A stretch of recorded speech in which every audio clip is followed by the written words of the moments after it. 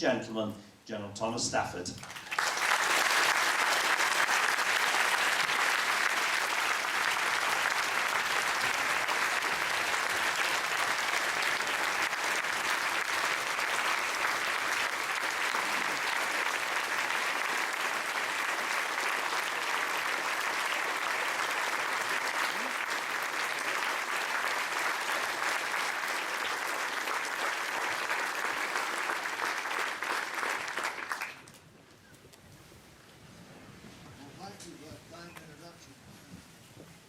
Can you hear me okay? Yeah. Where's the audio, man? Okay. Can you hear me now? Good. Yeah. Good, good. Okay, well, it's a real pleasure to be here in the UK, Britain again, and been here many times before. I always say it's one of my favorite countries to come to.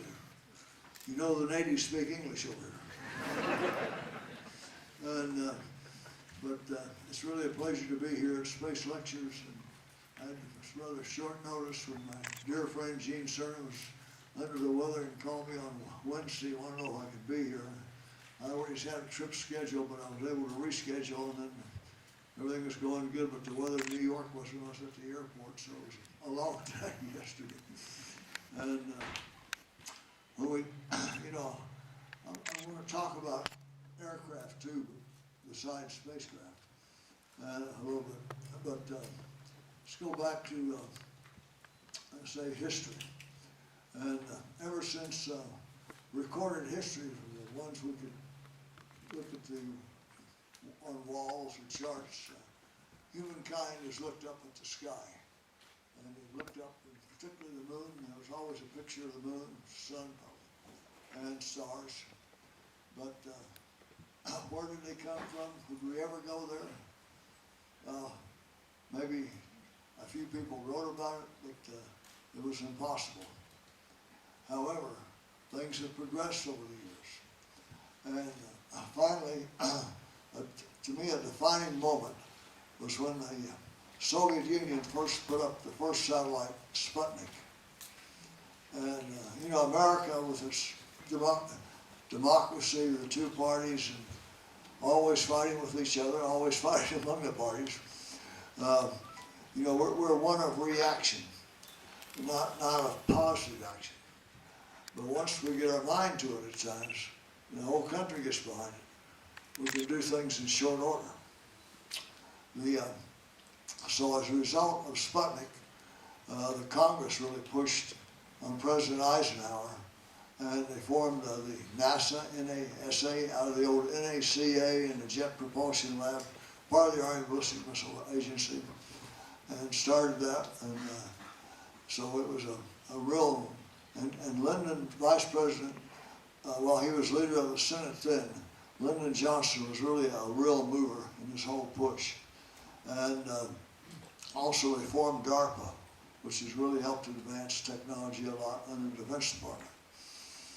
So then, but President Eisenhower was not really what you'd call a space buff. They did start Project Mercury then in 1959, and of course the Soviet Union already started. We didn't know that. And the defining moment came after President Kennedy, and you know, he was going to be the era of Camelot, the new look and everything. So he had the Bay of Pigs invasion in Cuba, didn't work out too well, and a few other things.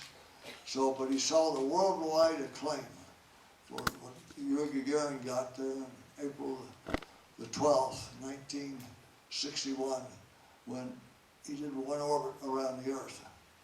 And then finally on May the 5th, Al Shepard, he saw the claim they got. We only went about 115 miles in altitude and a little over 200 miles downrange. So what he turned to was in the National Space Council, which was headed by the Vice President, Lyndon Johnson.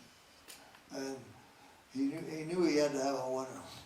And he said, Mr. Vice President, I want you to tell me within 2 weeks to 3 weeks at the most, what can we do to go ahead of the Soviet Union, something to be meaningful, put the United States ahead in science, technology, but also beat the Soviets. And so the vice president gathered the best heads we had in NASA, Dr. Von Braun, Dr. Gilruth, Abe Silverstein, the people. And so he came back to the President and he told us that President Kennedy, there's three scenarios. Number one is a free return, just flying a free return trajectory, just go by the moon and come back. We don't think there is a way that we can beat the Soviets doing that. In fact, that type of mission is exactly what the Soviets had in mind, so they could do that and said the Soviet Union has been to the moon. He said there's only a 50% chance that we can beat them going into an orbit around the moon. However, we think definitely if we go and land a man on the moon and come back, we can definitely beat them, and this will push us ahead technology. So right away, within a couple of days, President Kennedy went in front of our Congress and announced to the world there on May 25th, '61, that in this decade that we will land a man on the moon and safely return. I'm sure Glenn had that second place. And so, all right, the goal, he had the Congress behind him, and the American people behind him. But we're going to go to the moon, but the question was, how do we go to the moon? And this was, May '61. And there's several different ideas. Dr. Gilruth, who headed then called the Manned Space Center down in Houston, and was still in the Space Task Force. And so he had the idea he'd take a big booster. Let me see a hands. How many of you have ever seen the Saturn V down at the Cape? Okay, or Huntsville, you've seen one in Houston. You know how big it is. Well, he wanted a booster to do this. It would take about a booster that weighed about 14 million pounds, or 2.5 times bigger than the Saturn V. And it would go and leave stages as it went, direct landing, and then come back leaving stages. He said, this is the best. Dr. Von Braun in Huntsville had a different idea. He wanted 2 smaller ones, but each one of those would weigh 10 million pounds. So they would be at least 50% larger than the Saturn V. They'd want you to put one in orbit. The second one would go into orbit. It'd rendezvous, and then you'd go a direct ascent to the moon and a direct ascent back. So those are both very big boosters. And you saw the big F1 engines, we have 5 of them on the Saturn V. It would have taken about 12 engines on Dr. Gilruth's idea, and on Dr. Von Braun's idea, it would have taken at least 6, maybe 7.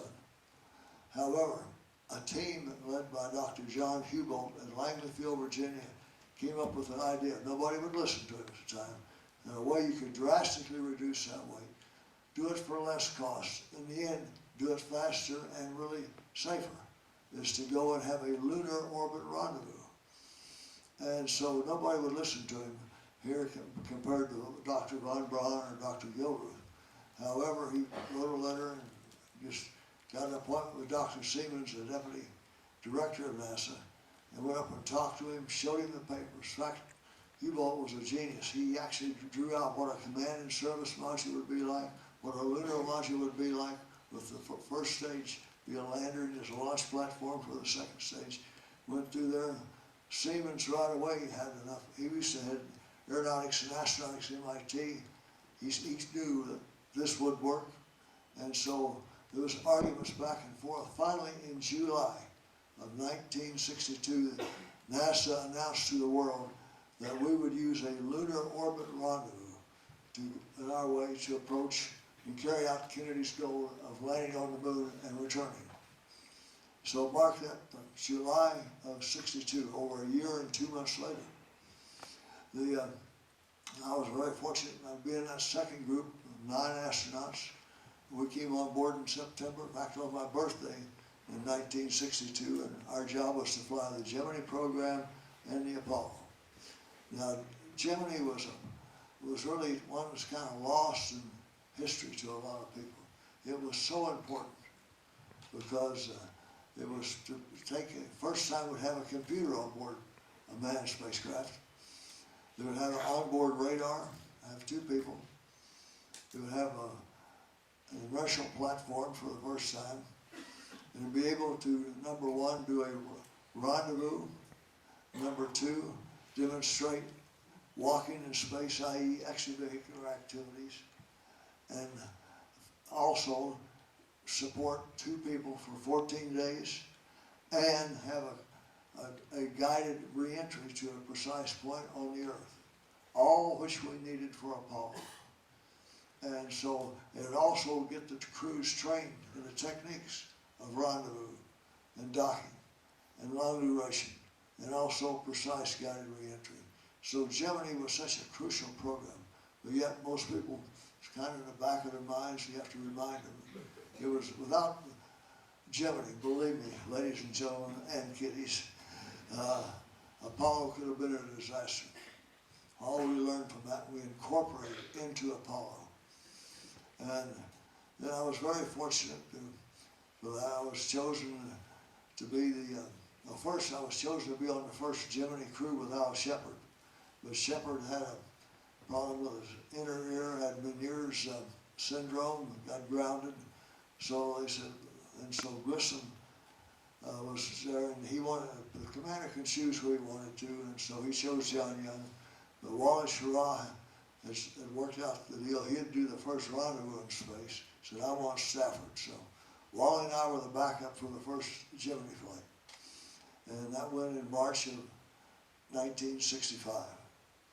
And so we trained long and hard for that. But an interesting thing, we were in crew quarters about 3 days before lunch and before dinner, and it interrupted a news flash that the Soviet Union had just had a person, a cosmonaut, walk in space.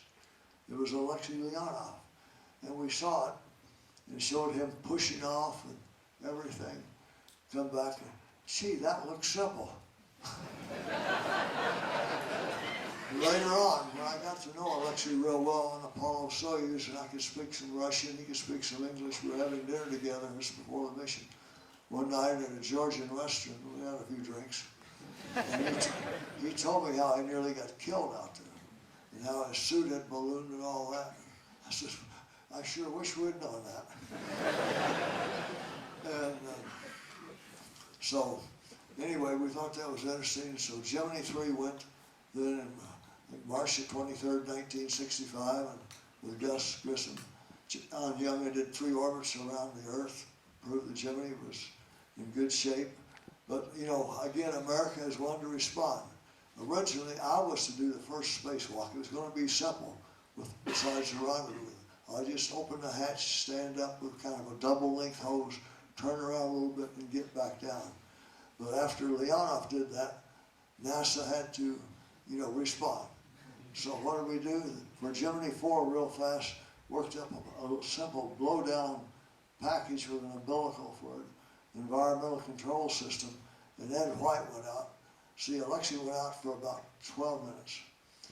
Ed White went out for 22 minutes. And when he started to come back in, guess what? His suit ballooned. Now, you don't balloon this way, you also balloon that way. And the critical link, for those of you that have seen a Gemini spacecraft, know that the critical length is your height, not your width. And we had practiced in the zero-G airplane and practiced on the ground. There's a little bar underneath the instrument control panel. You would kind of get your feet in, or the commander would help you to grab a hold of it. We call it the alley-oop maneuver. And like this, you'd pull down as hard as you could. Then with one hand, you'd take the hatchway, you got to flush and dog it down. Well, Ed White, when he tried to get back in, his suit had ballooned so much, but I guess his adrenaline was really flowing that day. His heart rate went over 220 beats a minute, and we got him in. But we nearly lost that, or we could have lost McDivitt too. But we still didn't understand how to train to walk and work in space and do specific items. Well, next was going to be, we had Gemini 5 long duration mission with Pete Conrad and Gordo Cooper. They went 8 days. So we're getting up near the time it would take to go to the moon and back. And then next was Gemini 6. With Wally Schirra, I did the first rendezvous with an Atlas Agena rocket. We were all strapped in our spacecraft on pad 19. We could hear the roar of the Atlas lift off on pad 14, probably where the Mercury astronauts flew. And then, as it came over the Cape, we were to launch. And we'd do 4 orbits in a series of catch-up and perform that. Now, it's interesting. The idea of rendezvous had been around for many years, but nobody had ever done one. And what we'd planned to do originally is to want to take the least energy, and for those who studied orbit mechanics, called a Hohmann transfer. If you're going around the Earth, and when you go around the Earth, you do 25,700 feet per second for low Earth orbit. And if you add 1 foot per second, straight horizontally, 180 degrees later, you're going to raise your orbit about a half a mile. And the lower you get, the faster you go around, the higher you get, the slower. So we thought we'd do a series of Hohmann transfers to catch up with the target vehicle. And, but the problem is there's wide dispersions at the end of that 180-degree turn in that series of things we would do. And one of the members from Mission Plan Analysis called Wally and brought over a Russian document. And it was written by a professor at the Institute of Space there in Moscow called The Concentric Theory of Rendezvous of Two Bodies. And we looked at it. I couldn't read a word of Russian, but I could see the diagrams. And I knew it had some merit. So anyway, Ed Lineberg was the engineer, and him and Bill Tyndall, they got the document translated and did that and looked at it. So we changed to use the Russian idea. And this person published this in open literature. So the concentric theory of rendezvous was formulated in Russia. And, but they tried, they use this kind of a semi-form. But anyway, the Atlas Agena lifted off. The Atlas did fine. The Agena lit off, and the Air Force had goofed up in the way of the sequence. They let oxidizer first, then fuel. That is a no-no. You always lead fuel first. You come in with oxidizer, and you shut that oxidizer off first, and then the fuel. If you don't, you can have some bad consequences. You can have some combustion instability and explosion back in the thrust chamber. But this thing let in and bang with the oxidizer. When the fuel hit it, the thrust chamber blew up and blew the Agena across the Atlantic Ocean. So here's Wally and I in October of '65 with no target vehicle. The idea came up within 6 hours by a McDonnell engineer, Walter Burke, who said, hey, we've got Gemini 7 is going to go on a 2-week mission in December. Why don't we put a radar transponder on Gemini 7? We'll take Gemini 6 off the pad. As soon as Gemini 7 launches, we'll put 6 back on the pad and launch them, and 12 days later, we'll do the rendezvous and demonstrate that, doing that. Well, that sounded all right, but the main thing, nobody ever turned a Titan II around that fast. But I was down there to watch Gemini 7 launch. He got into orbit good, and right away I saw 2 long tractor trailers bringing out the 2 stages of Gemini 6 again to the launch pad. So we got ready to go, and there in the 12 days, after Gemini, 9 days after Gemini 7 had gone, we got down to T-3 seconds, and the engines lit off, started to shake, rattle, and roll. 3, 2, 1, and right then the engine shut down exactly at 2-0. And we had the liftoff signal, a series of liftoff signals. And by mission rules, we're supposed to eject. And we knew nothing about 100% pure oxygen. And Wally and I had been soaking in pure oxygen for nearly 2 hours up there. You'd have probably seen 2 Roman candles coming out of that Gemini spacecraft. But we knew in the seat of our pants we had not lifted off. It was his responsibility to pull the D-ring, my responsibility to back him up. We didn't, and then a fire broke out. Forgot we're on a hot mic. And that's when I was quoted as saying, oh, shucks. But that was the closest. That's the closest shutdown we've ever had, and we had the liftoff signal. I knew we had a dead man's curve. If you ever flown a helicopter, A helicopter, if you're down below a certain altitude, airspeed, the engine quits, you're going to crump the helicopter, either do some damage to it or do damage to yourself. And that area is called a dead man's gear. Well, we had one in that Gemini Titan of about 3/4 of a second. Because the time you pull the D-ring and start the pyrotechnics firing, you see the reaction. And I think when Dylan and I had the two fastest reaction in the astronaut group was 0.38 seconds.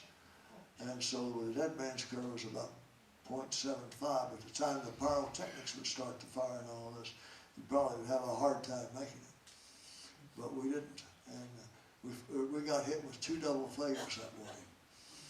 And I won't go into details explaining them, but they found them. They turned it around. So instead of the 9th, we launched on the 12th day that Gemini 7 was in orbit. And this time we got off. And also, you know, as we got training in that, and we had a rudimentary computer program up at McDonnell Aircraft. It was half digital, half analog. And we'd work on it till 3 o'clock in the morning. But we knew, you know, we have a closed loop with the radar, the computer, and inertial platform. The IBM little computer is a great computer, 4,096 words. You know? So you know what you have in your cell phone today, unbelievable. So anyway, what happens if you lose the radar? What happens if you lose a computer? Or if you lose a platform? So we worked out a series of nomographs. It's my job as a right seat pilot to work those and figure out what would happen and compute it. So, and we got into this whole series, and we finally ended up about 15 miles concentric. Those are slightly eccentric. You become slightly eccentric the way you work up to it. Then you're 15 miles below, and then at a given angle that you look towards the target, it's 27 degrees. You got about 30 feet per second, and that will raise your orbit up around. In fact, you'd go up above and come around. So, but we worked it out so the background is just before sunrise. You break out, but the target would be in sunrise with some of the stars in the background. It's called inertial line of sight. It'd be inertial. So it's like flying this from a landing system in an airplane. You have these crossbar needles. If the needle goes up, you pull back on the stick or the yoke. It goes to the left, you turn to the left. Same way in this. So looking at this flashing light or reflected light of the target, if it moves left to the stars, you maneuver left. It moves right, up or down. Really a beautiful way. So it worked out like a piece of cake. We rendezvoused right on schedule. Well, also when that computer, when I was taking data points, as our radar locked on, we locked on about 270 miles out. I started taking data points, and by the time I had my solution, about 2 minutes before the onboard computer had its solution. Well, then we're in a kind of a normal trajectory. And then the ground had one. And between the computer, my computations, and the ground computations, we're all in about 1.5 feet per second. So I told Wally, looks like the onboard computer and that solution's working good. I've got mine, but let's take that right now, because we can make it up on mid-courses. So we did that, and that's how we got to 1 mile. We're coming in about 30 feet per second. And so I told him to break it down to 15, and we started the braking gates to 1/2 mile, and we came in and stopped about 10 feet from Gemini 7. And then we flew around and started easing in. There's no way we could dock. So we eased into about between 1 foot and 18 inches from Gemini 7. And it's just like flying formation acrobatics for any of you that are pilots. In fact, it was easier than flying formation acrobatics. Even though you're doing 25,700 feet per second, or if you want to say miles per hour, 17,400 miles an hour. If you're there, it's real easy to stay there. And if you have the right impulse to inertial ratio in your thrusters and torque to inertial ratios, it worked out good. And Gemini was a great design. So Wally flew it, and I flew it around. Then we got out in front and let Gemini 7 fly around us. And also, we had a few jokes. And Jim Lovell was a classmate of mine from the Naval Academy, and it was getting near the Army-Navy game time. And also, Wally was a Naval Academy graduate, and Al Shepard was the head of the astronaut group. He was a Naval Academy graduate, so this was before the mission. Shepard, Sharon, myself, were sitting around in crew quarters after working the simulator. We've been super trained, working up for the Atlas Agena. So we were sitting there late in the afternoon, having a strong cup of coffee or a strong cup of whiskey, whatever, and came up with the idea of something to give a boast to the midshipmen there before the Army-Navy game. So I came up with the idea, go Army. Really, Shepard came up with the best one. It was go Navy, beat Army. But Shepard said, let's just put beat Army. So after we rendezvoused, we got there. We were nose to nose. Moved over a little bit so Lovell could see me real close. I guess we were maybe 5 feet away. I said, Jim, you've been up longer than anybody has in space. The doctors are concerned about your vestibular and your visual acuity. I'm going to hold up a sign. Why don't you take a picture of it and read it out? So I held up the Beat Army sign, and he took a picture of it and called it out. It was so unique that Washington Post had a picture of it a couple of days later on the front page. So we jokingly say that was the highest Beat Army rally ever heard. And I think Navy did beat Army that year. But we then turned around. It was a fast pace. The Gemini program, we flew 10 missions in 18 months. Think of that, 10 missions in 18 months. It was a go, go, go. So it was really fast.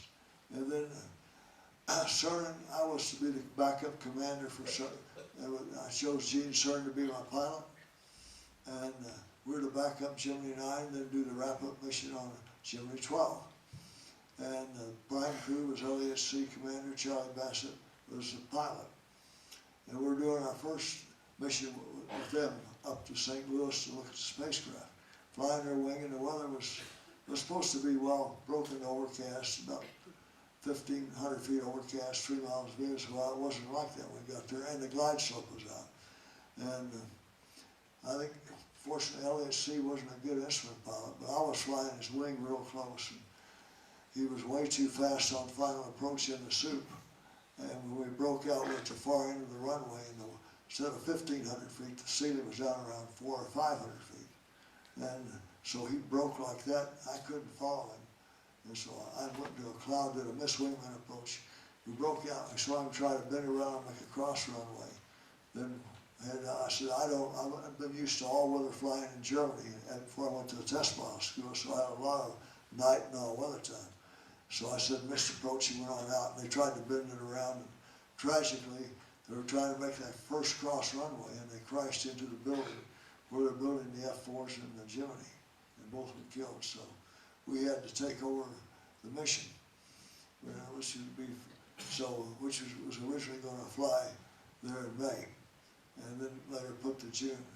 So I told, and also we're going to have a long duration spacewalk.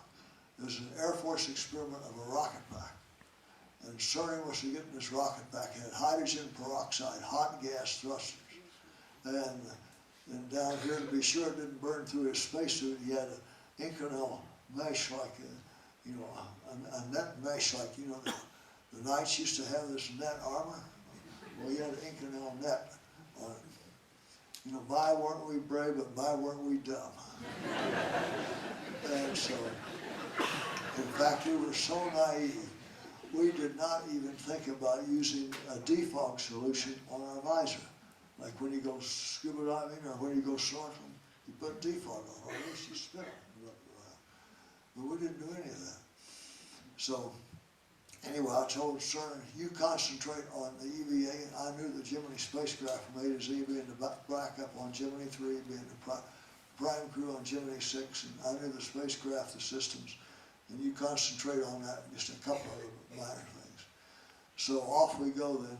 Well, we get ready to go on there at the end we get in May, and we heard the Atlas, as you know, lift off. Only this time, the Atlas got out over the Atlantic Ocean, started doing flips, and range safety blew it up.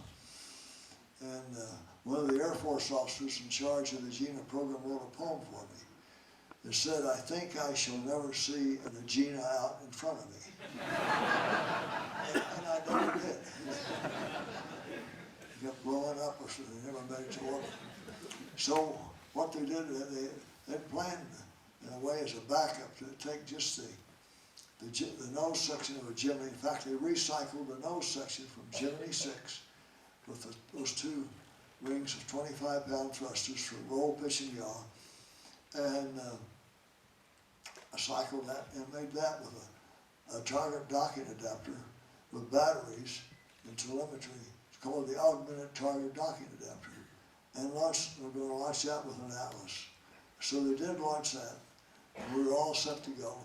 We never got an update on the computer for the right asthma, so we had to scrub out. So that was twice we scrubbed out. In fact, I had more scrub outs in the Gemini program than anybody in the whole rest of the program combined. And finally, on June the 3rd, 1965, CERN and I lifted off with the augmented target docking adapter. Now, also, they said, this thing should last for quite a while in orbit, even with only 25-pound thrusters with not much fuel in it for the reentry section. And but they noticed they didn't get a shroud deploy signal, and they'd nearly run out of one ring of fuel. And we didn't know what to expect, and we rendezvoused in 3 orbits, which would be a standard orbit that would be used around the moon. And we got up there, and right there, and just in reflected, had a full moon. I could see something weird. I got closer to it and broke out in sunrise. Here were the two half of the shroud that had the docking adapter on it. It was a wide. I was trying to describe it to the ground. I said, "Well, it looks like an angry alligator." I also called it a few other names. And so anyway, it still performed the function. We couldn't dock with it, but we still did that early phase rendezvous. We did the first optical rendezvous and the first ballistic coming down overhead rendezvous. And that was a real bear. And that was to simulate a command module coming down to pick up a low-level lunar module disabled around in low lunar orbit. But after doing that overhead one coming down, I got back and I said, "Don't ever do that again unless it's an emergency." It's one thing if you do a rendezvous and you look up and you see the stars out there and here's your target and the stars are fixed and all this is simple. But if you start to pitch it from Earth orbit, flying 160 miles up, you can see a slight curvature of the Earth and you see a slow movement by. But the more you pitch down, the faster it's coming by. When you look straight down at the Earth, you don't think you're up at 160 miles. You think you're more like a couple 100,000 feet. And the way that the Earth goes by, at 17.5 miles, per hour, or about 4.5 miles a second, 7 miles, 4.5 miles a minute, or 7 miles a second. Wow, you're really moving. And you really get vertigo.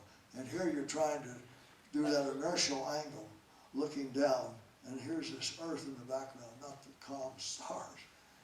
And so that's the only overhead rendezvous that's ever done, even though we worked out ways to practice it and put inertial needles on our reference platform. But we did it. And then came the spacewalk. So we had a 25-foot umbilical, and by then we developed a bigger chest pack. It was just batteries with a water evaporator and no liquid cooled garment like we had in Apollo. And Gene Cernan was to do the first spacewalk for 2 hours and 5 minutes outside in this rocket pack. He'd go to the back of the Gemini, get into it, and he had practiced this even blindfolded when he was back there. He had 2 lights back there helping at nighttime. And this is one episode of CERN and I would never want to go through again, I'll tell you. But I had a funny, well, it wasn't funny. I had an incident occurred as we were suiting up that morning. We had a kind of a double house trailer on pad 16, and we'd suit up, and each one had separate rooms for the suit tech. Put on your underwear, your urine collection device, and all your electrodes would be hooked up, and you get in your suit. And I was about ready to zip my zipper up finally and put on my helmet, and Deke Slayton, our boss, walked in. and said to the suit tech, out. Shuts the door, said, Tom, I want you to know that, this is the first time we're going to have an astronaut go completely around the world like this. He's going to be on a rocket pack. Said, I want to let you know NASA management has decided if Cernan dies out there, you've got to bring him back. We cannot afford to have a dead American astronaut floating around in space. I nearly blew my stack. I said, Dick, here it is. A little over 2.5 hours before launch, and you're pulling this on me? We've never talked about it before. We've never even discussed it with Cernan. We've never even thought about the contingency plans. I started to think like that. I says, do you understand that to come back, I've got to have the hatch open or something. And that 25-foot umbilical, we went to a long umbilical he'd had, where he had his own, oxygen and radio in the astronaut maneuvering unit. I said, he could be 125 feet, and the bus of 25, he could be 150 feet out there, weighing 400 pounds, and my little Gemini we were down to the retro section, and there was no autopilot in Gemini either. You had to fly it by hand, and the commander flew the retro maneuver, pitched down 20 degrees, with blunting forward. So I said, what do you think that 400 pounds on a 150-foot tether is going to do this little 3,000-pound re-entry vehicle? He said, we've never practiced that. We don't know what would happen. I don't know if I can get a vector in of about 300 feet per second in the right direction to get captured by the Earth's atmosphere. He was sitting there kind of blank look at me. I said, then my God, suppose I do get enough vector to come in. I come in, I said, right behind my shoulder, about that far, is plasma 3,100 degrees. Do you know how long this suit I'm wearing is going to last in there? It'll be about like a balloon in a blast furnace. I says, my gosh, I've got the outer layer, I've got my inner garment, a rubberized, the whole pressure and comfort, that's it. I said, I won't be able to survive that. And then suppose some reason I would survive that. Then there'll be something if CERN left out there. He has so much insulation. He had 7 layers on him, plus that pack, and the umbilical had about 10 layers on it. There's going to be some garbage hanging out there. Here comes the drogue chute. You can tangle that up with the main chute. And then still my hatch is open. And suppose I get through that. Remember Gus Grissom when his hatch got open? And so Deke was saying, he said, what should I tell NASA management? I said, Deke, I was really pissed by that. I said, Deke, you tell them that remember, when those bolts blow and that Titan lifts off, I'm the commander, I'll make the decision, understand that? With that, I put on my helmet, slammed the ring closed, and stormed out. And so here's Cernan outside just waiting for me quite a while. So we get in this van. There was in those days, no communication between the two as you rode out. We go over to pad 19, get in the elevator up there. First thing we get all plugged in, Cernan said to me, he said, hey, Tom, what was Deke talking to you about?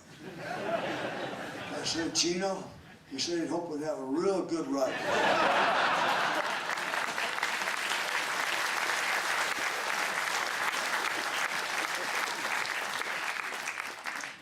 Now, we scrubbed out that morning because that was I told you when the Atlas Gino blew up. So, but I never said a word to Cernan. I'd see Deke. I never said another word to Deke. He never said a word to me.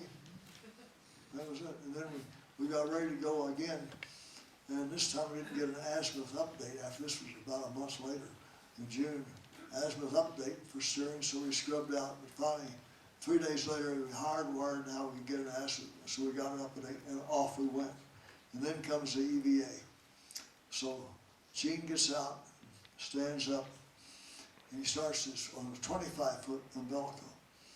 And the backpack was stored in between us. To tell you how small, how many people have ever seen a Gemini spacecraft in the States on display? Okay, quite a few. We know how small it is. I couldn't put my feet together in this footwell.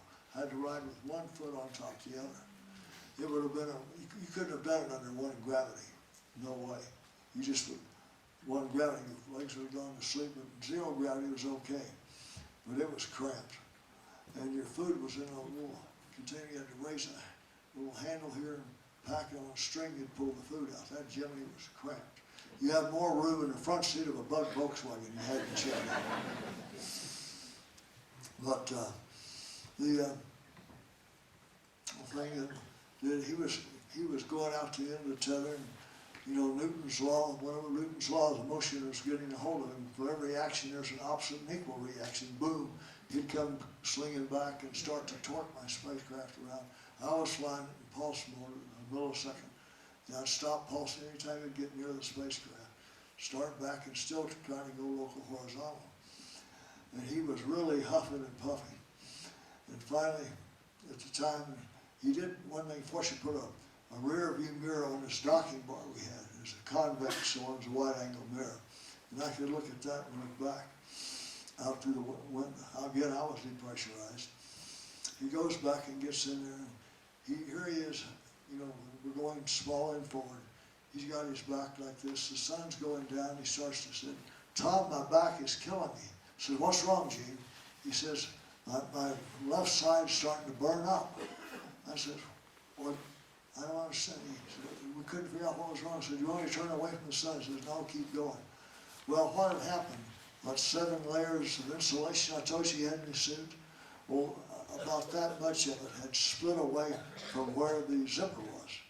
So the flux from the sun was going right in his back. And poor Gene got a 2nd-degree burn about that big on his back to start with. Then he's and one of the lights at nighttime, we didn't have any proper foot restraints. He was hanging on to a bar with one foot on top of the other at nighttime, trying to get in this astronaut maneuver unit. He finally gets squared away and gets strapped in. And I'm down to 3 steps to throw a switch and fire an explosive bolt and cut him loose. But as soon as the sun goes down, bang, his faceplate fogs over. He's blind, he can't see. He said, Tom, I fogged over, I can't see. And so I said, well, we said we'd try one thing, looking at just want to check out the communication of the astronaut maneuver unit, which had its own radio. Well, we went on that. We lost one way of 2-way communications.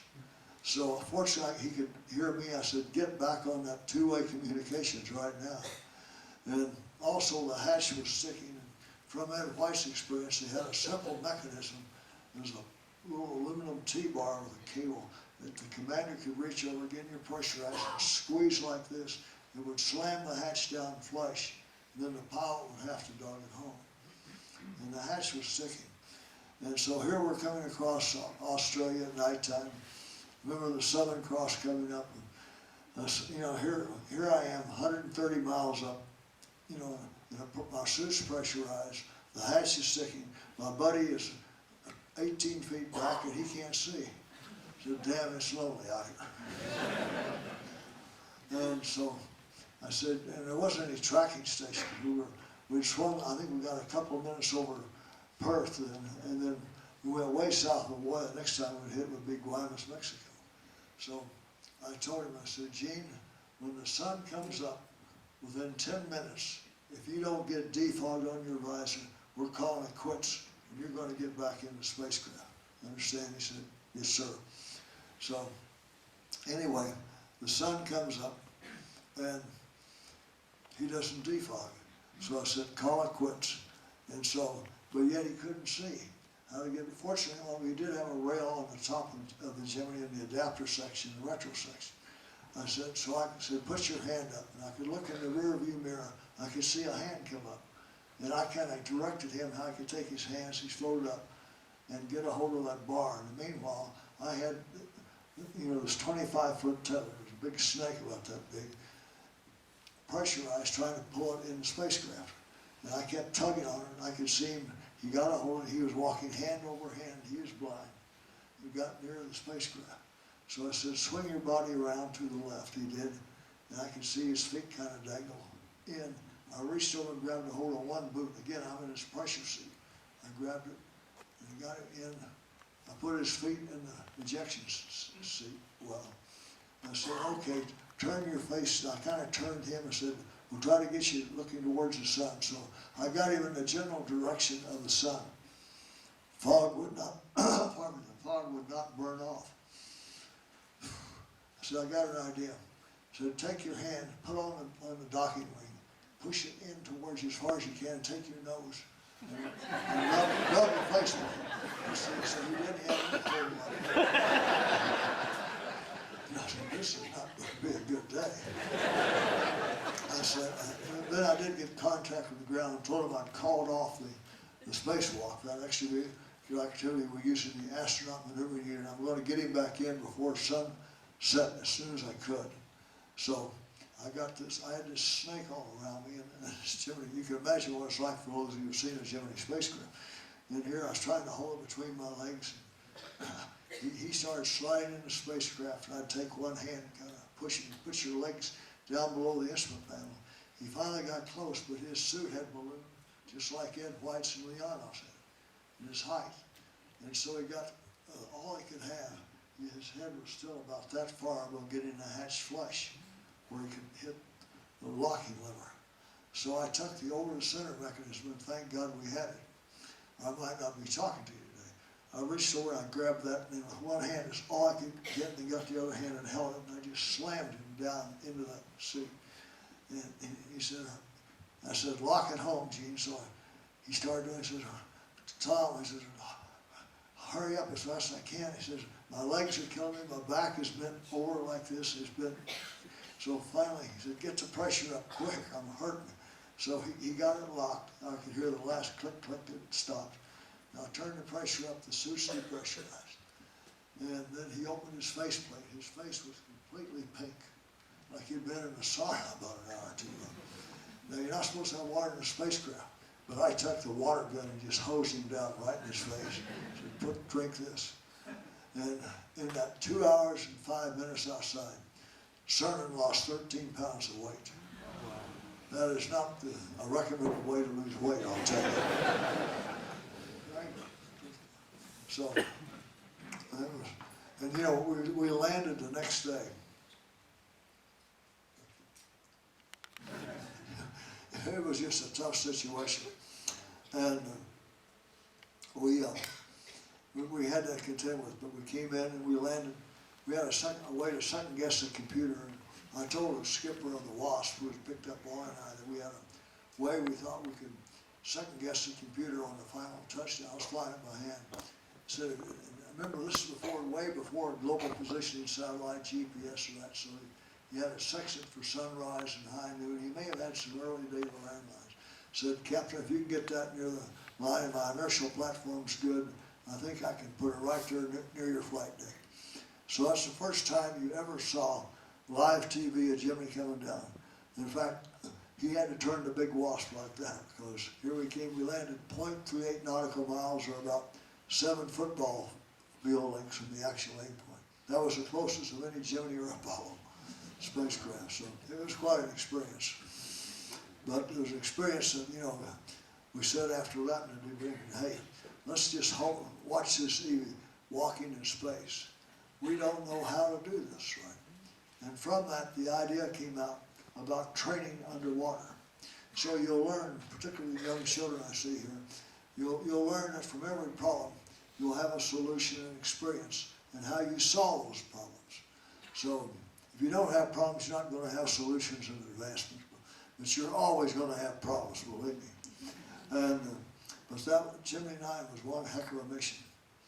And what NASA did then was Cernan went to be Buzz Aldrin's backup on Gemini 12. I went to work on Apollo. And but NASA finally decided to scrub this astronaut maneuvering unit completely. And they'd had enough of that.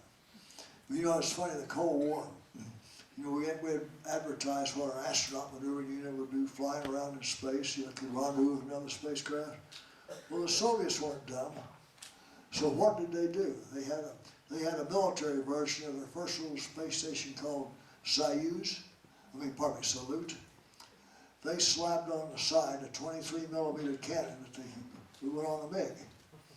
So they could just see somebody rendezvousing near their spacecraft, an astronaut getting out there with an AMU, and coming over with a pair of pliers or a screwdriver and put back. So they put, and they actually, read their archives now, they fired it a couple of times to the target. You have to move the whole spacecraft, but they didn't want anybody near that spacecraft. So it was a unique situation in the Cold War. Most of you are probably too young to even remember the Cold War, but it was cold.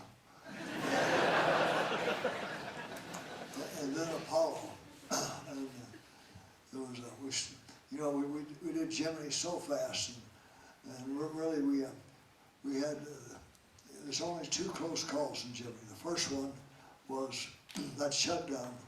I told you about when Wally and I shut down that engine at T-0 and the fire broke out.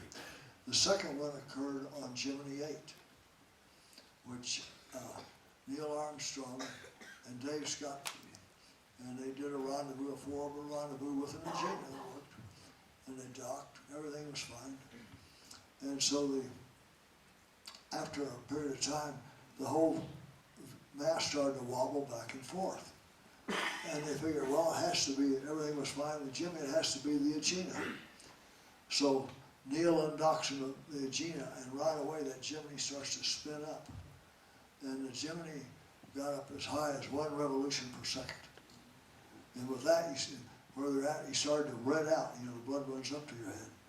And so Neil turned on his re-entry thrusters, which was the right thing to do. We'd never simulated this, but they don't have near the torque that you have from those attitude thrusters that were on the outside ring of the back.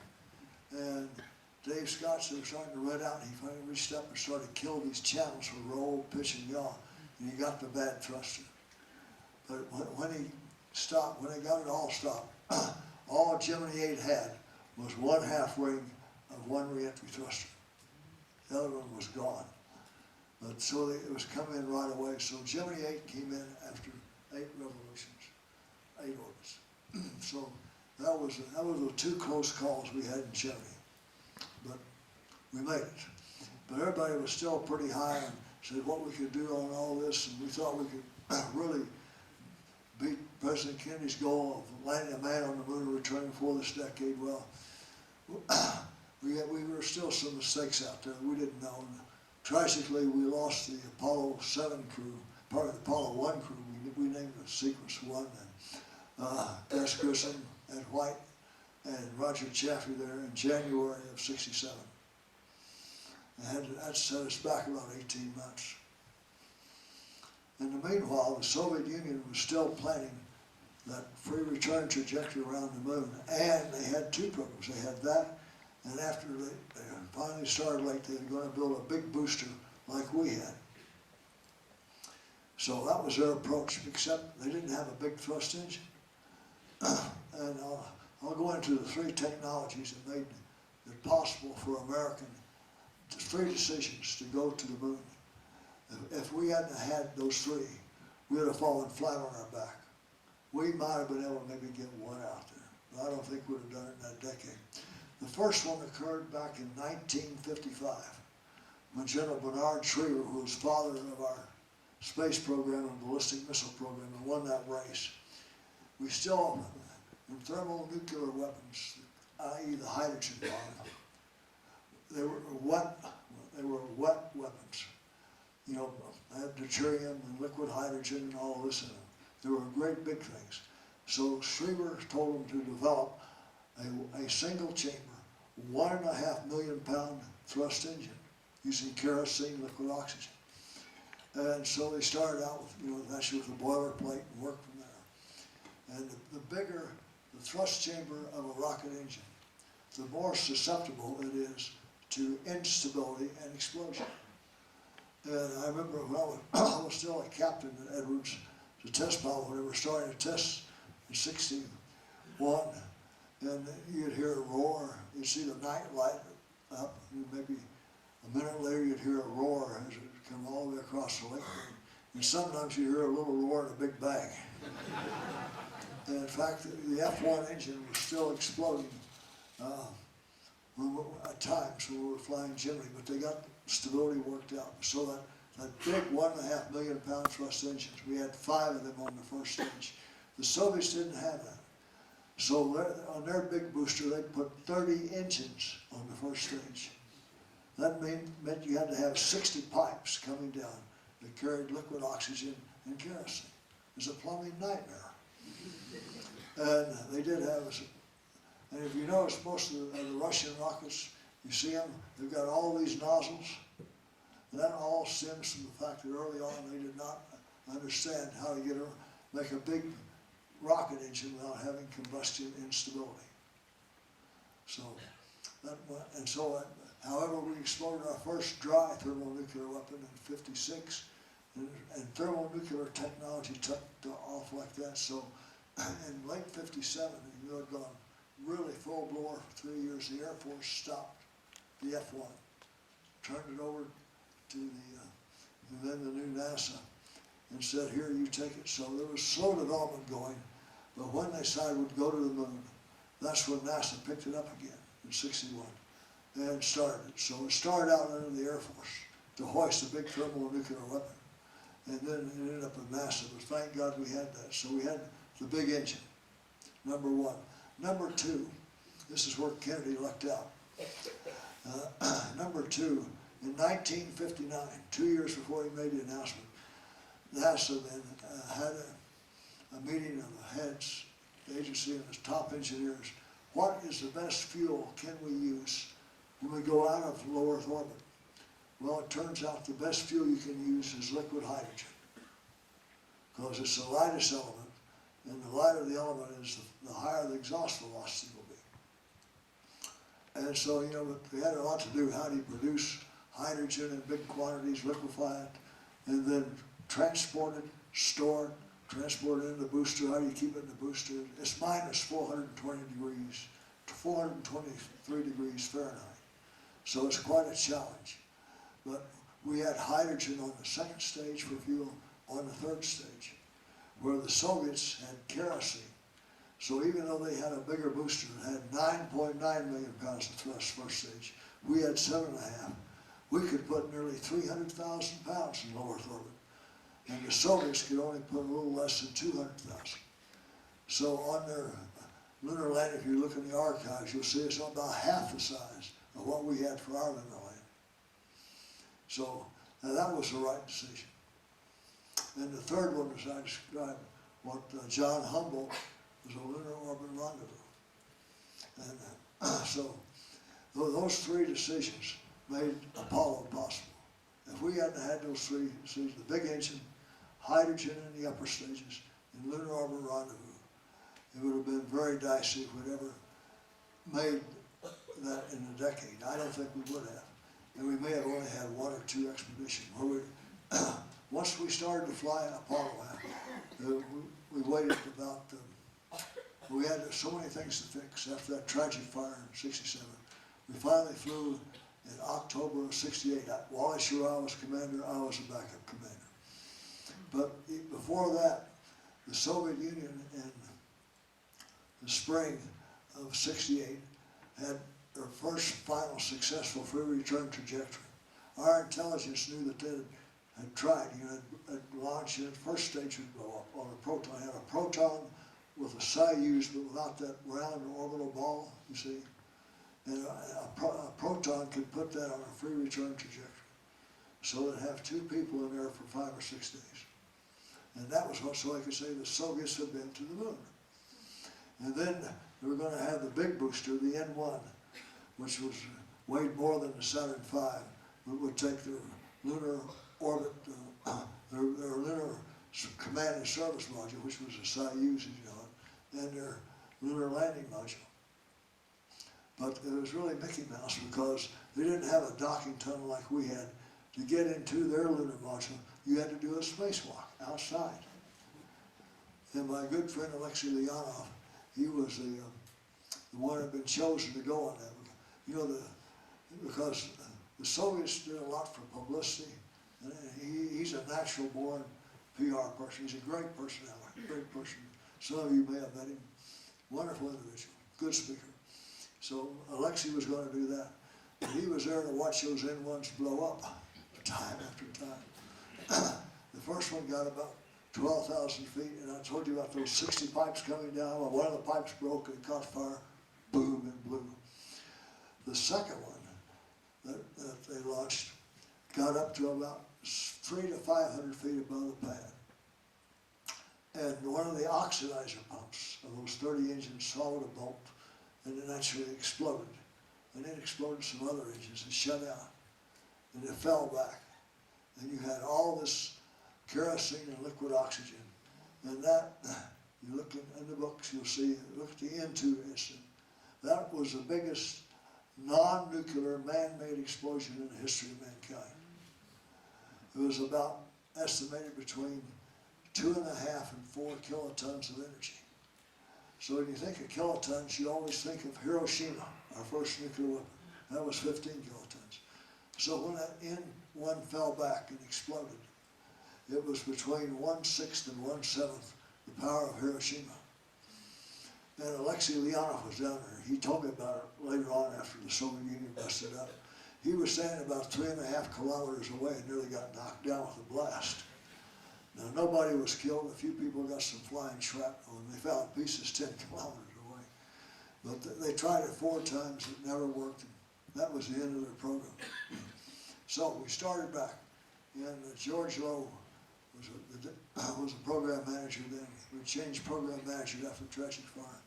And he knew, and he had the clearances, he knew what the Soviets were trying. So even before we flew Apollo 7, which was an Earth orbit mission to qualify, he was planning to take the second one and fly and do an orbit around the moon, Apollo 8. It was a guessing mission. It was only the 3rd flight of the big Saturn.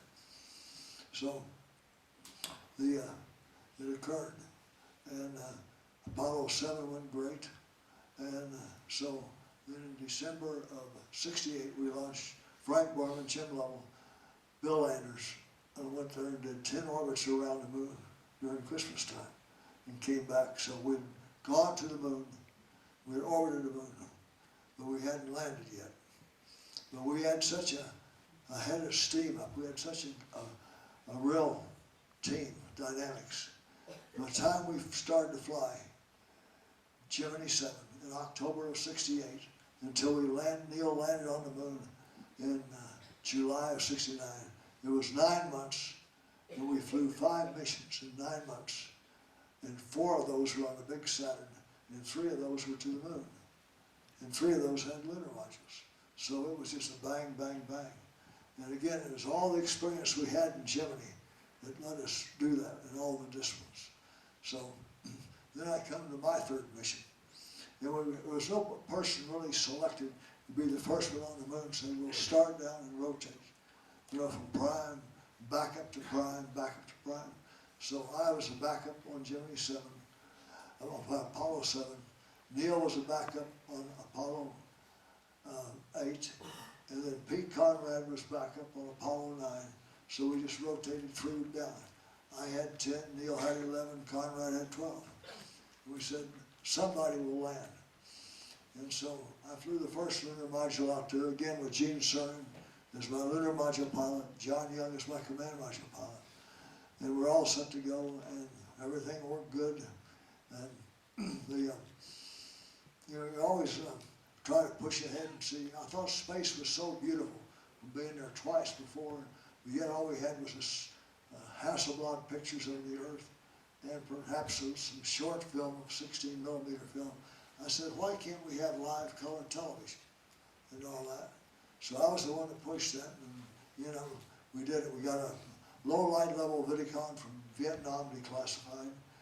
We got some, I don't know what the French had, some 5 dynamic lenses, had the dynamic focus we needed. We got 2 of them. And we didn't have time to use a color bin like our early TV had. You know, we had red, blue, and yellow, and that's how your color TV was originally. But way before that, they had a rotating circle. And the very experimental TV they had, you know, never went commercial, but they had red, blue, and yellow, and a rotating wheel. So we put that on with a little electric motor, and we had it with a sync on it, and did the same thing for the spacecraft. So the first color TV you ever saw was on Apollo 10, and it worked out real well. And we finally turned around after. I've never had any fun. People would often ask, were you afraid out there? Were you scared? Absolutely not. If you're afraid or you're scared, you shouldn't be there. You're in the wrong profession. Most of us, those early groups were all fighter pilots. We were test pilots. We knew what risk was. We knew how to minimize the risks to the best of our ability. And yeah, we lost a lot of friends too. So no, I wasn't scared. But the funniest feeling I ever had was after I left the Earth, because we were over Australia. And from Earth orbit, you look down, you can just barely see a slight curvature. Third stage kicked on in nighttime. We broke out in daylight, and here was Australia upside down, really getting some curvature like that. And then we just climbed out into the black and finally shut down. And boom, then turned around, exploded off the command module, docked with the lunar module. You know, we flew, everything was by hand, it wasn't the automatic. And then at a certain time, we flipped through the switches, pulled back on the thrusters, pulled the lunar module out on our nose. And when you fly to the moon, you barbecue to the moon. You rotate like this because you're in sunlight all the way out to the moon. So if you didn't rotate, one side would be very hot, the other side would be very cold. So you'd heat up one side where they could explode the tanks, the other one could freeze the fuel. Now we could stop for maybe an hour or two, but you'd see the heat start to build up on our tensor structure and start to rotate again. So anyway, we hadn't seen the Earth. And so finally we go to that barbecue attitude where you're 90 degrees to the plane of the Earth's sun. And Gene Cerner was the first one to see it. He said, "Oh my God, Tom, wait till you see this." And I won't, ladies in the crowd, I won't repeat what Johnny had to say when he saw it. And when I saw it, I had a kind of a sinking feeling. Because here was the Earth, about the size, a little bigger than a basketball. And it was shrinking and just going away from it. I knew I was in for a long ride that day. And then we showed the color TV back to the Earth, the first color TV you ever saw. In fact, I'm feeling real good. I said, you know, they said, "Hey, the pictures look fantastic," all that. And after about an hour, I said, "Say, I want you to call England and tell the head of the British Flat Earth Society that the Earth is really round." So by the time we went to sleep that night, slightly smaller than a basketball, we put up the aluminum shades over the window, woke up the next morning, and by then it was down between about the size of a grapefruit. You know, I couldn't see it shrinking like I had before, but you get used to it. The human mind adapts. And every 20 minutes the Earth would go by, and then the sun would go by, and we were told about this. We didn't see the moon, and we were told you're going to be in an eclipse, you won't see it till you nearly get there. So I'll tell you another funny thing. So anyway, so we woke up and here was the news. You know, the whole world saw the first color TV is great, but also said that Colonel Stafford had a message from the president of the British Flat Earth Society. Said, "Tell Colonel Stafford, yes, it is round, but it's a flat disc."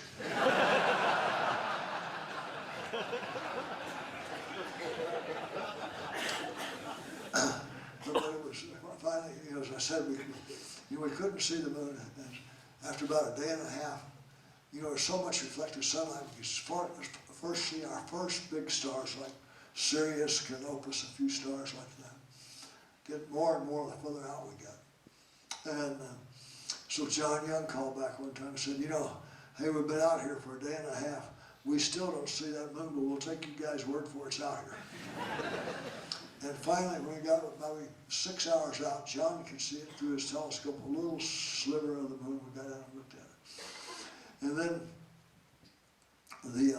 the sun went down. We're still in contact with the Earth. You can see the Earth back here, but it was just a big black area. Couldn't see it down below us. So we got all squared away in the right attitude. Then 2 minutes before we're supposed to turn on the engine to break into lunar orbit with our lunar module on our nose. And suddenly, right about 60 seconds before us, boom, here comes the moon right underneath at 60 miles. everybody was looking, wow. I said, hey guys, get your head back in the cockpit. We got to get this engine on right. So we turned the engine on and flipped over to the right attitude to go local horizontal. Had the color TV on, so we transmitted back to the Earth what they looked like. You know, the first Earthrise transmitted back. You'll never forget your first Earthrise, I'll tell you. It was really unique. And so then, your orbit around the moon is every 2 hours.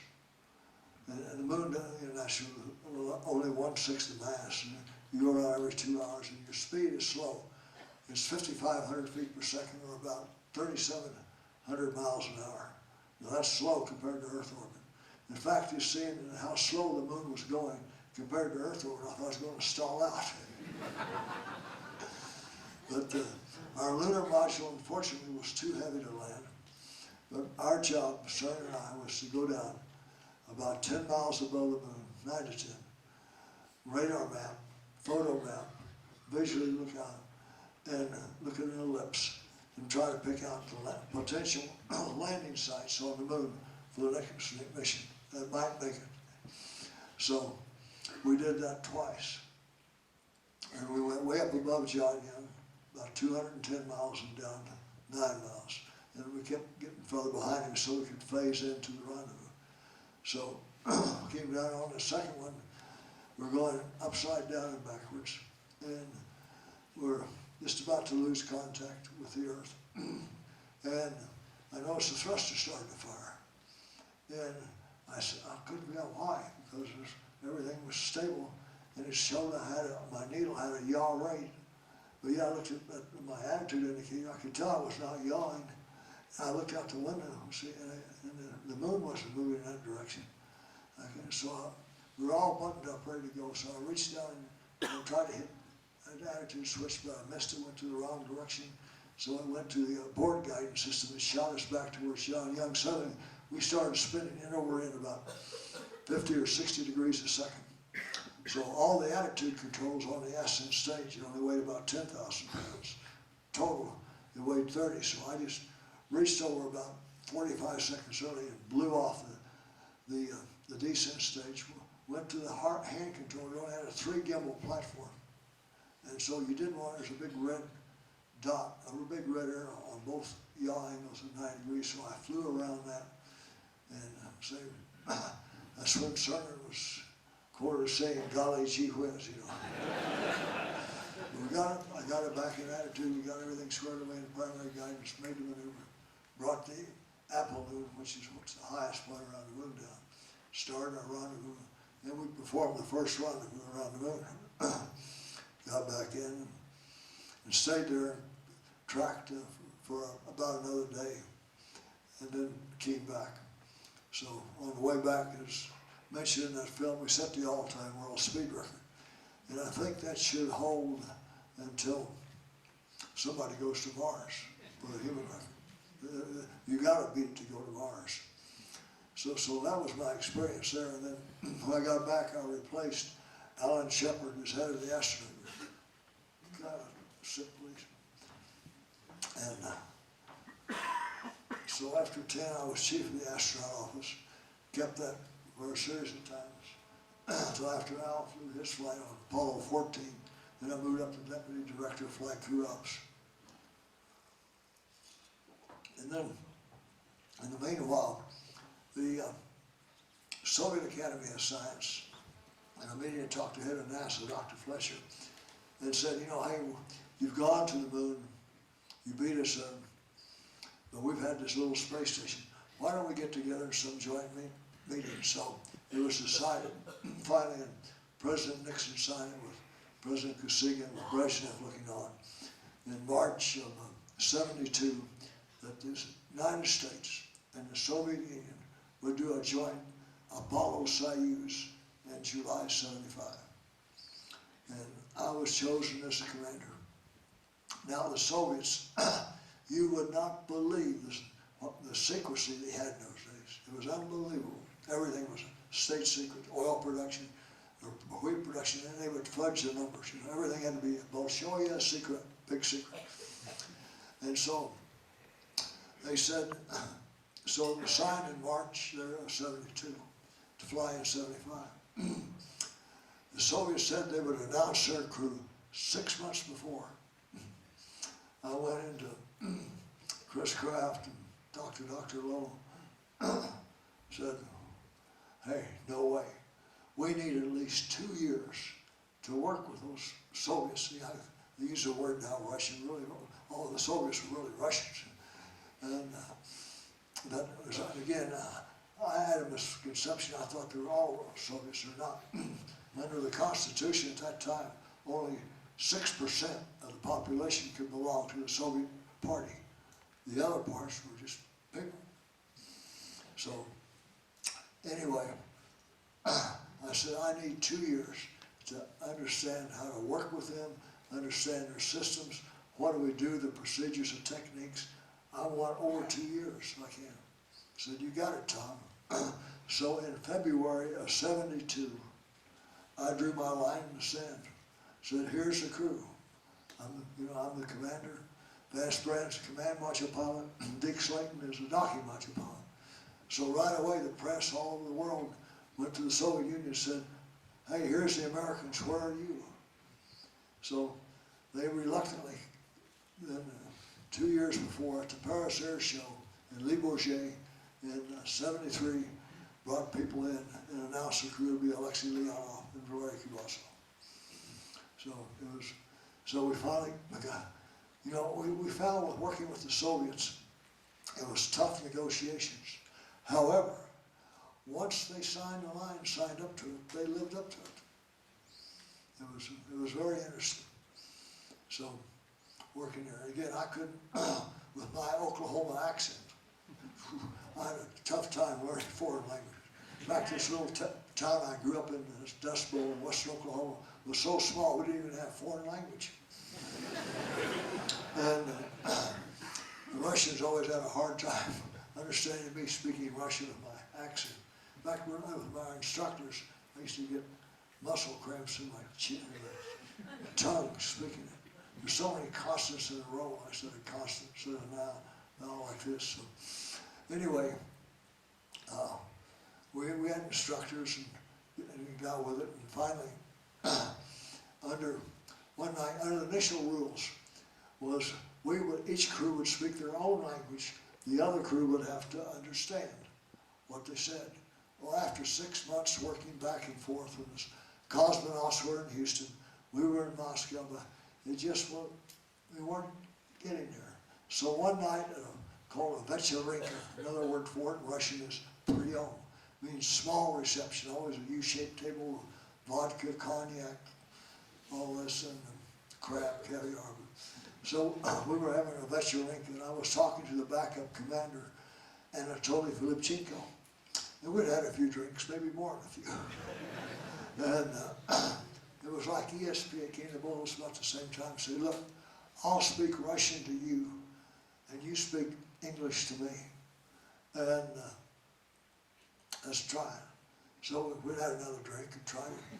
And it really worked good because, you know, if you're not extremely fluent in a foreign language, you'll always speak it slower, and you will speak it more distinctly.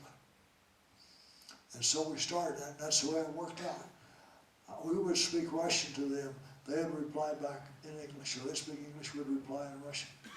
And so when I talked to my dear friend Alexei Leonov over the phone, still to my best knowledge I can remember, I speak Russian to him, he speaks English to me.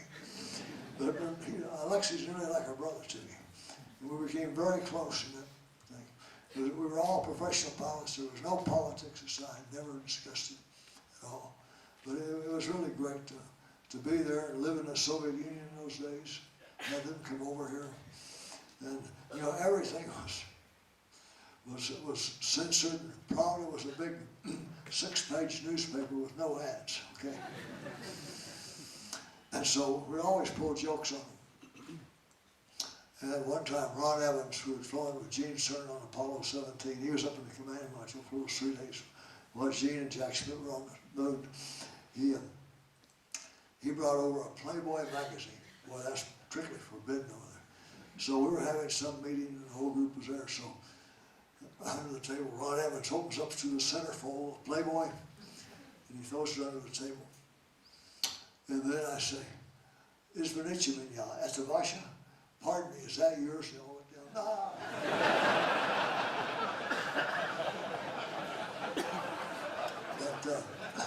But anyway, things worked out, and you know, the Soviets built, the Russians, the Soviets built a little hotel for us in Star City. And we moved in there. We were there during the 4th of July, 1974, and that was really getting near the relationships had relaxed. Dayton, President Nixon, Secretary of State Kissinger had worked it. They had a big reception there in the Great Hall of St. George in the Kremlin. Now we were the honored guests at the far end. And I'll never forget it. Here was Nixon. He was still on kind of a semi-high. That he had, you know, all heck was breaking loose back in the States because of Watergate. But he thought of this tour around the world and what he was doing in the Soviet Union. We were down there, so Nixon, Brezhnev, Kosygin, all the Kissinger, Brennan, they all walked down to see us. We had champagne down there. I remember the president had a bottle of champagne. Well, I said, "Here, Tom, let me pour." So he said, "You know, we've done so many things here, Tom." "Yes, Mr. President." So just when you talk about 12,000 nuclear weapons, I'll never forget his words, 12,000 nuclear weapons. How many villages in India do you want to destroy? I wasn't about to get into that discussion. So I said, well, I haven't really thought of that, Mr. President. But he thought so. 3 weeks later, he resigned. And, but anyway, he was on the 4th, right then after it was the 4th of July. And Ron Evans, who was a real joker, brought a half a case of fireworks with firecrackers, bottle rockets, all this. So we'd had this big reception. The ambassador now had a big home. It's called Dom Spaso. That's the ambassador's residence in Moscow. It was owned by a very wealthy Russian before the revolution, was saying Polski do Revolucja. And so I'm out in the back, and they had a big, huge courtyard. We had the head of the Politburo was there, admirals, marshals, generals. We just had a great time with the cosmonauts. We go back to our place, our little hotel. We just got moved in. Then we had a few more drinks, so it's time to fire the fireworks. We're in the middle of Star City, everything's quiet and nice. So they set off a set of, you know, firecrackers. I don't know what the regulations are here in the UK about fireworks, but sometimes in the US they're strict, sometimes they're not. So bang, bang, bang, bang, it's not like a machine gun going off. And then we fired a skyrocket with a bomb. Boom, boom. Then I noticed lights started to go on all over Star City. We kept firing off bottle rockets, cherry bombs, all this boom, boom, boom. Is that going off around the woods? Lights were on all over. Pretty soon I see this flashing red light come on across the other side of this little fishing lake they built. Then they get over and stop, and I can see it's still, you know, July is still kind of light, even late in the evening. It was the militia, that's the word for police. And so I turned to Ron, I said, "Hey, Ron, give him a bottle rocket." So, you know what a bottle rocket is? A long, thin piece of wood with a little small rocket. So Ron got a perfect shot the first time. Takes off and goes right over the top of it and explodes.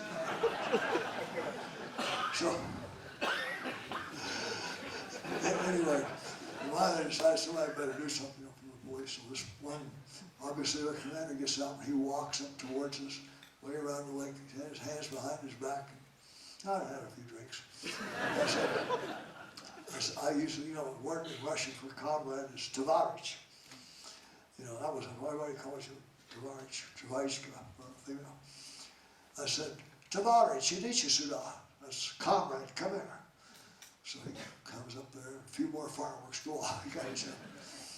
I said, "At the den rождения у нашей революции." It's the birthday of our revolution. Ty hantish vipet u nas. You want to have a drink with us? No. So I got pretty good in Russian, so we finally ran out of fireworks, ran out of ammo. So everything settled out. We had instances like that. It was a fun time. But again, the Russians always kidded me about my Oklahoma accent, speaking Russian. I remember one of the last press conferences we had in Houston before we flew the mission.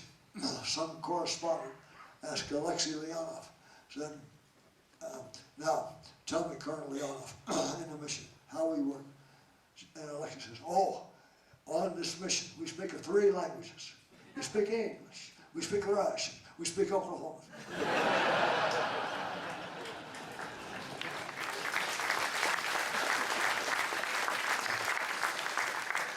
But that was, Apollo Soyuz was a great mission, and it kind of opened up the Iron Curtain. It was the end of Apollo.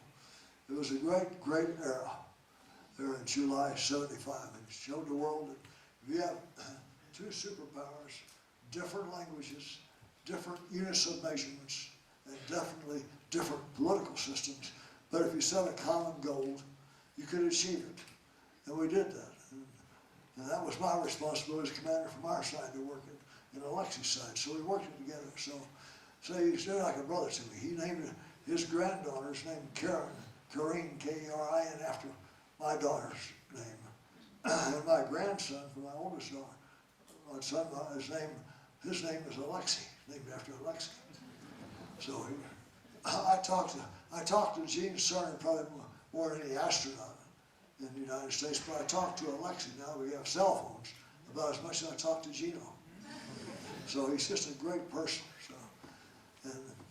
So I see him about twice a year, and as mentioned in that film, because of my experience with the Soviets, the Russians, on Apollo Soyuz, I still go back there quite a bit. About twice a year I see him, and he comes when he gets over here, so we get together. Everything. So he's a great artist too. So this is really a great relationship we've had. And I was the one that's mentioned there that really pushed the administrator, George Abbott and I, to have an escape vehicle for the space station we had envisioned early on called Freedom. Because we didn't have one, we had just a shuttle. But at the time, the NASA management didn't want it. I was on the outside, I was working under the Academy of Science at the National Research Council as my volunteer work. And I pushed it, said we got to have some way. Well, the Soyuz is a simple vehicle, but it was a rugged vehicle. It could land on hills and mountains, it could land anywhere. On a shuttle, you miss the runway, you're dead. So I said, we need everything, so I'm sure glad we had it. It's worked out good because unfortunately we've been down since 2011, and our crews keep flying up and down on the Soyuz, and they keep resupplying, even though now we had this commercial resupply. I won't go into all the details because that was the time. I want to cover a little bit about, how am I doing, Coach? I want to cover a little bit about stealth. Like I told you, I didn't know a lot about the background of what the Russians did, but the idea of what it would take to go in orbit to velocity and a converging, diverging nozzle, multi-stages, and even walking in space through an airlock was all done by their great academician Konstantin Tsiolkovsky. And I'd maybe read one before, I always heard about Dr. Goddard. And I don't know if Goddard had ever seen Tsiolkovsky's work. But he was the one that's really the father of modern spaceflight, was Konstantin Tsiolkovsky. And you read his history, he was a real handicapped kid. He was one of 18 kids, I think. And he came down with scarlet fever at age 12 and lost his hearing, so he had a big hearing horn. And he went to the Moscow library and taught himself. He was a math teacher. But yet he wrote all these great theses. And the same way himself. Now I'll tell you, how many of you here have been to the church in Westminster Abbey? See your hands? Probably most of you have. Well, one of the keys to stealth is buried about 5 graves down from Isaac Newton. His name is Dr. Maxwell. It was Maxwell's equations. And of course, we didn't have an airplane when he was alive. It was Maxwell's equations that was then taken by a Russian scientist in about 1960, published in literature. I don't know why the KGB let it out. He published an open literature about, called the single line theory of radio propagation and all that. He talks about stealth. And Kelly Johnson, the great designer of Lockheed at the time, he's the one who designed the P-80, the P-38, the P-80, the U-2, the SR-71. he saw that. He said, let's take that. And he had it translated. And from that, went ahead with DARPA, the Air Force. And that's what happened to Have Blue. So I never had any idea about Have Blue, what it would do. But from my experience of training with the Soviets, flying in space with them. And also I had the opportunity to fly some of their airplanes. I knew what their strengths were and their weaknesses. And I knew if you take away their command and control, they're not near as effective. And here suddenly we have stealth. Now, the day was December the 1st, 1977, up at Groom Lake in Nevada, leads out on the runway. It's also called Area 51. We call it a dual-use base. Air Force is on one side, the CIA is on the other. That's where we have the aliens and cryo-freeze. We got too much publicity out of Roswell, had to get them out of there. So, I got airborne. I had to choose a test pilot. I watched the program. And I chose my strongest pilot, who was my F-15 chief pilot, test pilot. And the Lockheed pilot did the first one. I got airborne. I turned to Ken. I said, this will change air warfare forever if it works. Well, the first one was just an all-metal airplane. The second one had coatings on it. And after I saw that, I said, it will change air warfare forever. But I never knew I'd be the one that had a chance to do anything with it. And about 2 months later, the Chief of Staff of the Air Force called me and said, Tom, I want you up here in Washington in 2 days. So, yes, sir. I got in an F-4, flew to Washington. He said, look, I'm promoting you to Lieutenant General. You're to take over Air Force Research Development Acquisition. And your knowledge you had from Apollo and what you knew about the Soviets, I want you to be sure our U.S. Air Force is ahead of any other Air Force in the world. So you've got it. I said, yes, sir. So the first thing I did, after the first time I've ever been to the Pentagon, after a couple of days I could find my way to the men's room, you know. And I had some good deputies and everything. And so I really pushed on stealth. And so with no Sigma Nita requirement, I started Have Blue, senior trim, and told Lockheed, and of course they were eager for the business too. They were thinking about it too.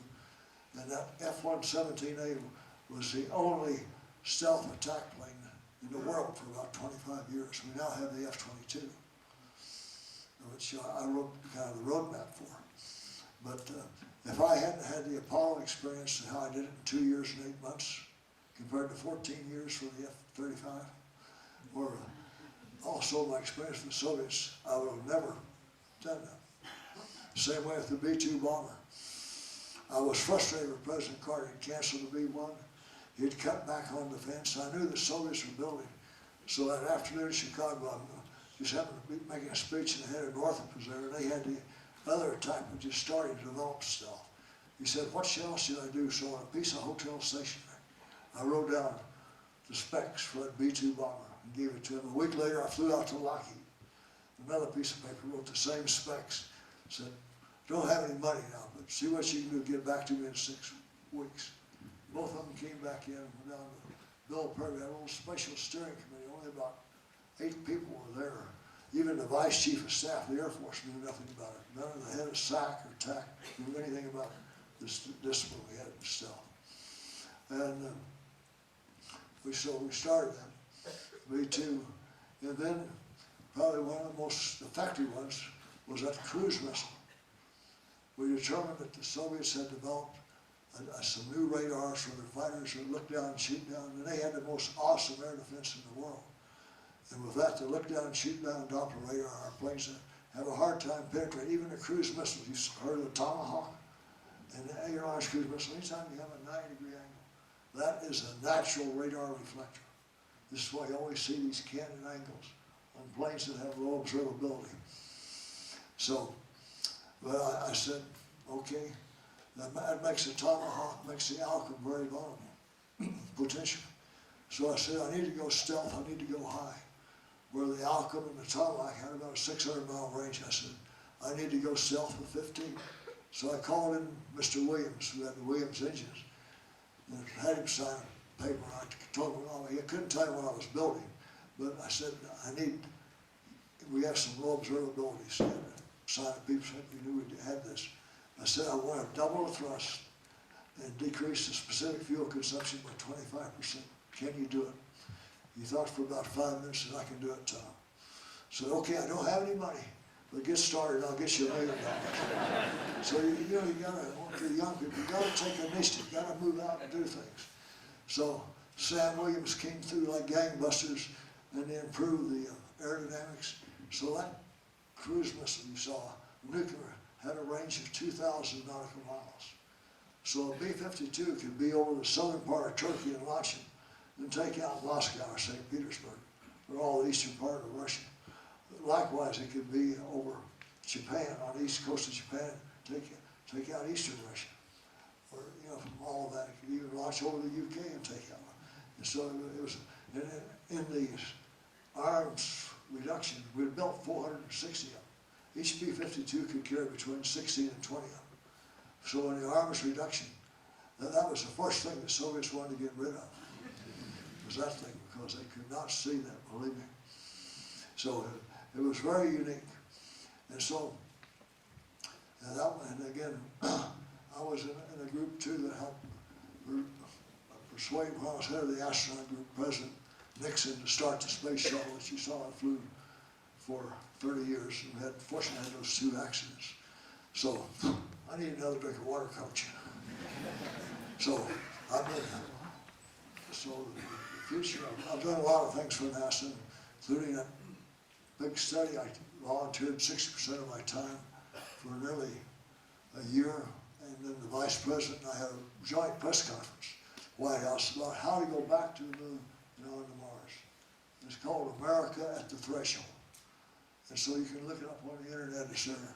And that's still basically the way we're going down when the Obama administration canceled the Constellation program. So let me close with just a couple of remarks. Thank you. See, George Bush Sr., President, said on the 20th anniversary of the first lunar landing at the Smithsonian, we had the Apollo astronauts there, some of the Apollo management still alive, other people that after the, complete the space station, after the turn of the century, go back to the moon, then after the turn of the century, perhaps, an expedition to Mars. He didn't say 1 or 2 or what. So I thought, great, Mr. President, but where's the money coming from? Well, within 6 months, these Iron Curtain had come down, the Soviet Union busted up, and so the amount of defense spending going down was far more than anything we'd ever need to go out to Mars. So we started down that path. President Clinton comes in. There's a case, well, that was started under Bush. Boom, he canceled it. It was dead on arrival. And so his son, George W. Bush, after his first term, made a commitment. Not as much as his father had, but it would start up. And then when President Obama comes in, the same thing. That was on Bush's initiative. Obama kills it. But the Congress, in a great bipartisan act, there in 2010, came back and said, we have to have a big booster, and we have to have a spacecraft. I was deeply involved with this behind the scenes. I was one to talk Neil Armstrong into signing his letter where he disagreed with Obama. Then I had Gene Sargent sign it and Jim Lovell. That wasn't any problem.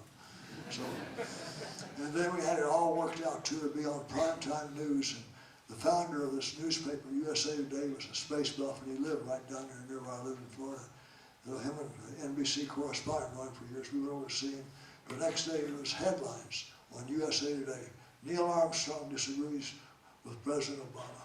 So bang, right back like that. So the Congress passed it, both the House and the Senate. I worked with both bodies. And so we have the Space Launch System, SLS, the big booster that with certain configurations even have more power than the Saturn V, and the Orion spacecraft. So we have in the wing something building, but we still need a goal. You have to set a goal, and you cannot have that goal change every time you change administrations. And that's true regardless of any country. On a long range like that, you've got to have consistency. So You know, I've covered a lot of things here today. How's my time, Coach? We're okay? I know. I guess so. Gee, I've talked a lot. Give me another drink.